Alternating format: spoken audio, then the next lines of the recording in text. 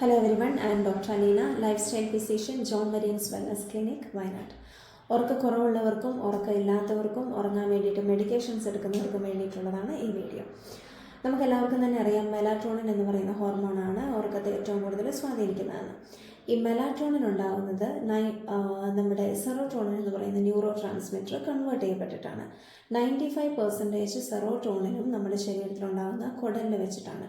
കുടലിലെ ക്ലബ്ഷിയല്ല pneumonia എന്ന് പറയുന്ന ബാക്ടീരിയയുടെ സഹായത്തോടെ ട്രിപ്റ്റോഫാൻ എന്ന് പറയുന്ന ഒരു എസെൻഷ്യൽ അമിനോ ആസിഡ് സെറോട്ടോണിൻ എന്ന് പറയുന്ന ന്യൂറോ ട്രാൻസ്മിറ്ററായിട്ട് കൺവേർട്ട് ചെയ്യപ്പെടും. സെറോട്ടോണിൻ മിക്കപ്പോഴും ഒരു ഹാപ്പി ഹോർമോണായിട്ട് പറയാറുണ്ട്. നമ്മുടെ ഡിപ്രഷനെ പ്രിവെൻറ്റ് ചെയ്യുക, എപ്പോഴും നമ്മുടെ മൂഡ് ഹാപ്പിയാക്കി വെക്കുക, ഇതൊക്കെയാണ് സെറോട്ടോണിൻ ചെയ്യുക. അപ്പോൾ നമുക്ക് ഉറക്ക സംബന്ധമായിട്ടുള്ള അസുഖങ്ങളുള്ളവരാണ് നിങ്ങളെങ്കിൽ ചിലപ്പോൾ നിങ്ങൾക്ക് ട്രിപ്റ്റോഫാനിൻ്റെ ഡെഫിഷ്യൻസി കാരണമോ ഇല്ലെങ്കിൽ ഗട്ട് ഹെൽത്ത് പ്രോപ്പറായിട്ട് മെയിൻറ്റെയിൻ ചെയ്യാത്തത് കൊണ്ടോ ആയിരിക്കാം ഈ പ്രശ്നം ഉണ്ടാകുന്നത്. അപ്പോൾ ട്രിപ്റ്റോഫാൻ ഒരു എസെൻഷ്യൽ അമിനോ ആസിഡാണ്, നമുക്ക് പുറത്തുനിന്ന് എടുത്താലേ നമ്മുടെ ശരീരത്തിൽ കിട്ടുള്ളൂ.